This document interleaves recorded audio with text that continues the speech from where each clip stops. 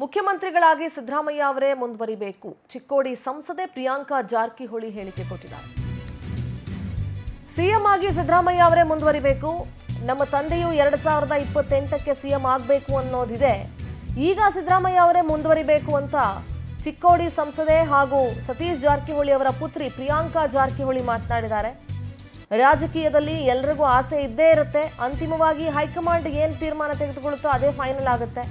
ಸತೀಶ್ ಜಾರಕಿಹೊಳಿ ಅವರ ಪುತ್ರಿ ಹಾಗೆ ಚಿಕ್ಕೋಡಿ ಸಂಸದೆ ಪ್ರಿಯಾಂಕಾ ಜಾರಕಿಹೊಳಿ ಹೇಳಿಕೆ ಕೊಟ್ಟಿದ್ದಾರೆ. ಮೊದಲಾಗಿ ಕೂಡ ಮೊನ್ನೆ ಚುನಾವಣೆ ನಡೆದಂತ ಎಲ್ಲರೂ ಕೂಡ ಬಹಳ ಸಾಕಷ್ಟು ಪ್ರಯತ್ನ ಮಾಡಿದ್ದಾರೆ. ಬೇರೆ ಬೇರೆ ಜಿಲ್ಲೆಗಳಲ್ಲಿ ಬೈ ಎಲೆಕ್ಷನ್ ಆಯ್ತು, ಎಲ್ಲರೂ ಕೂಡ ಬಹಳ ಎಫರ್ಟ್ ಅನ್ನ ಮಾಡಿದ್ದಾರೆ. ಸೊ ಎಲ್ಲರೂ ಕೂಡ ಆಸೆ ಇದ್ದೇ ಇರುತ್ತೆ ರಾಜಕೀಯ ಮೇಲೆ. ಸೊ ಅದಕ್ಕಾಗಿ there is no friends no enemies ಅಂತ ಹೇಳ್ಬೋದು. ಸೊ ಅದಕ್ಕಾಗಿ ಸಂದರ್ಭ ತಕ್ಕಂಗೆ ಯಾರು ಡಿಸಿಷನ್ ತಗೋತಾರೆ ನೋಡ್ಬೇಕು ಅಂತ ಹೇಳಿದ್ದಾರೆ.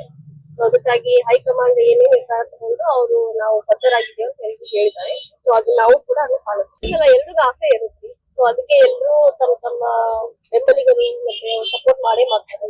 ಸೊ ಅದಕ್ಕಾಗಿ ಅಲ್ಟಿಮೇಟ್ ಡಿಸಿಷನ್ ಇಸ್ ಹೈಕಮಾಂಡ್. ಆಸೆ ಇದೆ ಎಲ್ಲರೂ ಕೂಡ ಮೊನ್ನೆ ಚುನಾವಣೆ ನಡೆದಂತ